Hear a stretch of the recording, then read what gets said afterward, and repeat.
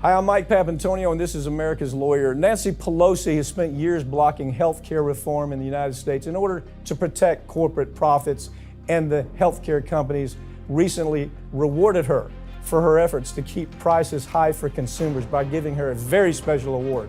Some of the most popular drinks in America, from soda to milk, well, they've been found to have alarming levels of toxic heavy metals. And a new poll has found that most of the country blames the failing corporate media for the increased polarization of politics in this country. All that and more, it's coming up. Don't go anywhere. America's Lawyer starts right now.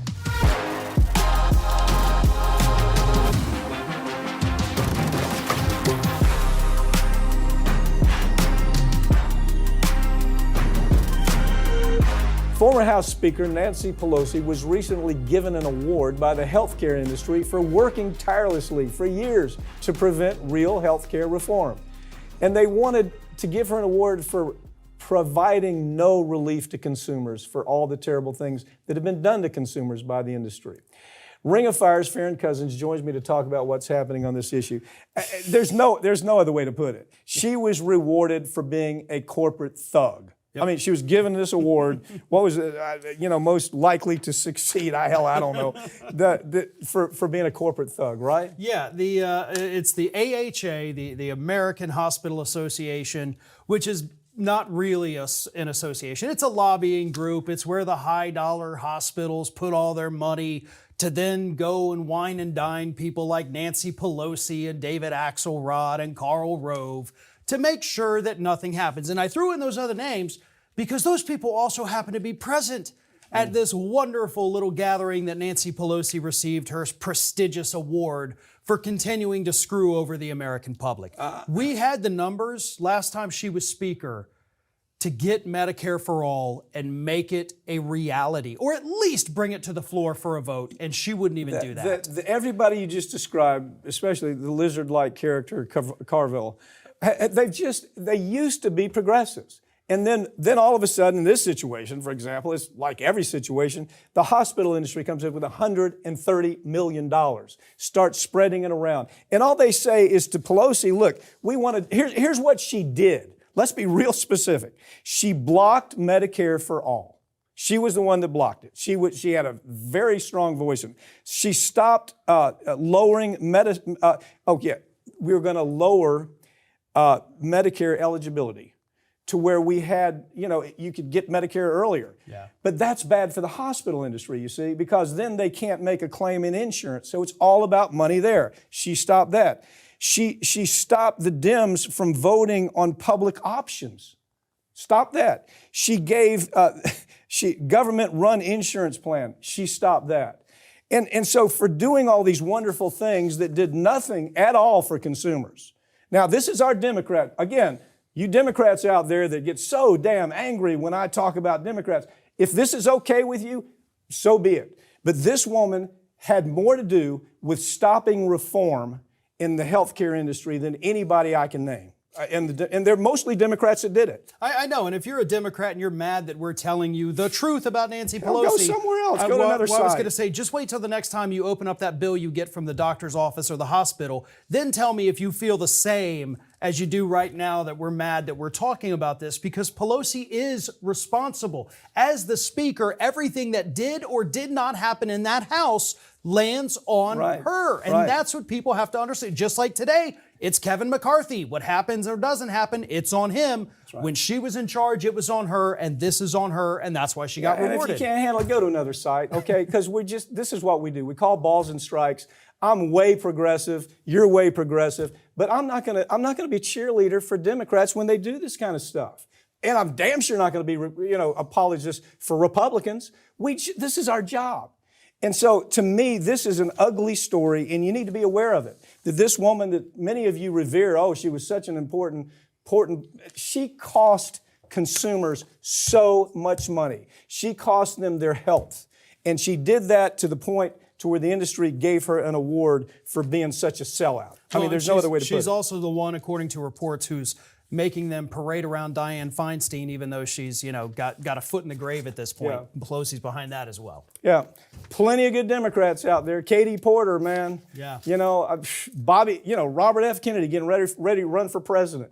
You watch this. Oh my God, Bobby Kennedy, how awful. Because of the vaccine issue. Well, I got vaccines. You got vaccines. We disagree with him on that. But what about all the other incredible stuff the guy has done for the climate, for people, for consumers? He's always been there. And so to say, you know what, we can't even think outside of the Democratic box is very dangerous. And as he runs against Biden, let me just tell you something. People think it's going to be a runaway. I don't think so. I don't think so at all. I know you're a Biden guy. I'm anything but a Biden guy. At the moment. Yeah, but Bobby and I go a long way back. I mean, we practiced law together. We did TV together. We did radio together. We started Ring of Fire. We started this show years ago. It started with Air America. It was Janine Garofalo, Rachel Maddow, Al Franken, Sam Cedar. Incredible lineup. And me and Bobby in Air America was the most progressive entity in America. The only one. The only one. And then comes out of that Ring of Fire, and thank goodness we discovered you, right? Okay. Absolutely. Florida lawmakers are preparing to pass legislation that would allow a toxic radioactive substance to be used in paving the roads across the state. This material has already been banned by the federal government because of how bad it is for human beings. Okay, let's talk about how bad it is right off the bat. How about this? It's radioactive. How about it's got radon in it? It's got uranium in it. This is what our legislators say. Hey, let's use this to pave roads. Almost can't even say that without laughing. Go ahead. I mean, this really does seem like something you would see in like a bad kids cartoon. The bad guy wants to put the radioactive waste into the roads, and you're like, all right, that's a little too far-fetched. Yeah. But that is exactly what Republicans in Florida are trying to do. Let's use the phosphogypsum that even the defunct and horrible EPA says you can't do this. Let's do it anyway and put it in the roads that travel every inch of this state, so that every time it rains, the rainwater picks up the radioactive material, floods it off into the waterways, into the aquifers, into the crops. Let's kill the whole damn state. Yeah, that's what people aren't missing. You understand? It's a road, okay? It rains. It storms. The radioactivity moves into the aquifer. The aquifer moves into our drinking water. This is this is a payoff to the phosphate industry. Yeah. Because they've got 800 acres and dozens of places all over this Florida where they have this toxin stacked up like mountains. So this is the payoff because, DeSantis is running for president. They're going to give him a lot of money. So they say, hey, let's think about putting it in roads. What a even China turned this down. China said, hell no, we're not going to do that. They did some studies and they say, are you nuts? Even communist China said, bad idea. Radium-226, uranium. You want that in your drinking water, huh? A new report's found that high school students in this country are falling dangerously behind in social studies and their understanding of basic civics. How does government work? What's a senator? What's a House of Representative? What's a Secretary of State? They know nothing. The numbers are staggering. I mean, what is it? 19%. Was it 19 to 22% have, I take it back. 13% are proficient in history. 13%. Now, pick it up. Maybe your wife's a teacher. So everybody knows 13% are proficient. That means only 13% of our students across the country are good at this. They understand it. So we're talking about close to 87% that are either not great at it or downright don't know it. And the test scores, this is the first time in years and years we have seen these numbers decline in the way that they have. Farron, they test every 4 years? They do. And so when they tested 4 years ago, this group was already pretty bad. And then they test them 4 years later. Okay, you've gathered more knowledge. And then they say, well, nope, I guess you didn't gather more knowledge. And look, I trace a lot of this back to the policies that happened under George W. Bush that everybody forgets about. No child left behind. Yes. Well, what was no child left behind? Teach to the test. Right. Make it to where they have to pass the test. And that's all that matters. But even that's a disaster because the numbers are even worse with math and reading. Yeah, they are. I mean, at what point do you say, well, this is okay? No, it's not okay. It's why we have a generation already just right below us that says censorship is a great idea. Let's censor anything we don't agree with, because they don't understand civics. They don't understand the First Amendment. They say if we disagree with something, it's fine to censor it, because they don't get the connection. So what is this generation going to do? I mean, they're coming up. How bad is it going to be there? Look, it's bad. It is worse than what we thought. And this is something, honestly, you and I have talked about at length for many, many years about how they're losing their grasp on the basics of the economy, of the government, of history itself. And it is going to get worse, because right now what's happening? We've got state governments censoring the textbooks. They're erasing parts of history, making it illegal to teach it. Well, not only that, they're taking bestsellers off of the shelves because they disagree with the words that were used. You can't get Tom Sawyer in a class because the words that were used. You can't show a picture of Michelangelo's David to a class because now it's pornography. Yeah. Well, we have a whole generation that's buying into it, man. I mean, I'm telling you, right? Censorship, yeah, it's fine. Comedy, yeah, we can censor comedy. If we don't like what that comic says, hell, take him off the stage. If we don't like what the speaker says and he comes to our college campus, close it down, make it so impossible for him to speak that he can't speak. You see the danger with that, right? But what if a kid doesn't even understand civics, basic First Amendment issues? Then it really gets complicated. Well, and part of the problem, too, is that they're watching as their parents are calling for the censorship of the textbooks, of the books in the libraries. So this is what they're going to know, which means it's what they're going to repeat when they become parents themselves. I literally saw To Kill a Mockingbird needs to be censored, okay? To Kill a Mockingbird. We're going to censor To Kill a Mockingbird because we've got these snowflake types that are they're mind police. It's 1984 all over again, brother. And that's what's happening. We're really experiencing it right now. Maybe we do deserve the radioactive activity into the roads. Just let's go full idiocracy at this point. It is idiocracy. New studies have found that the most popular drinks in America contain alarming levels of toxic heavy metals that can cause all sorts of problems within the human body.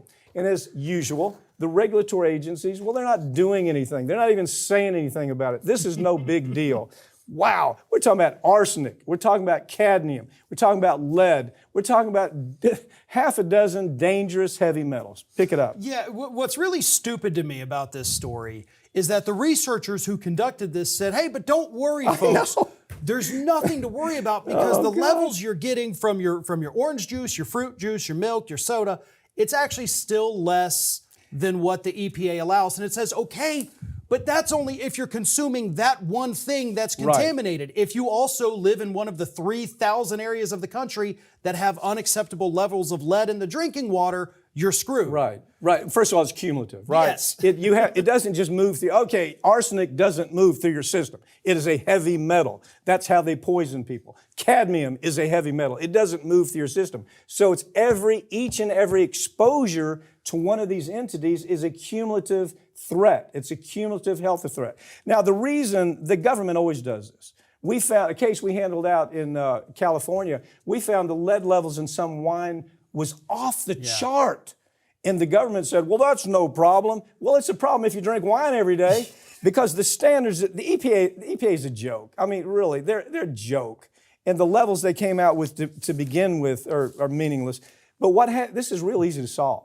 You know, it's the top layer of soil where they go in third world countries and they grow the cheapest vegetables they can, and they don't change the soil.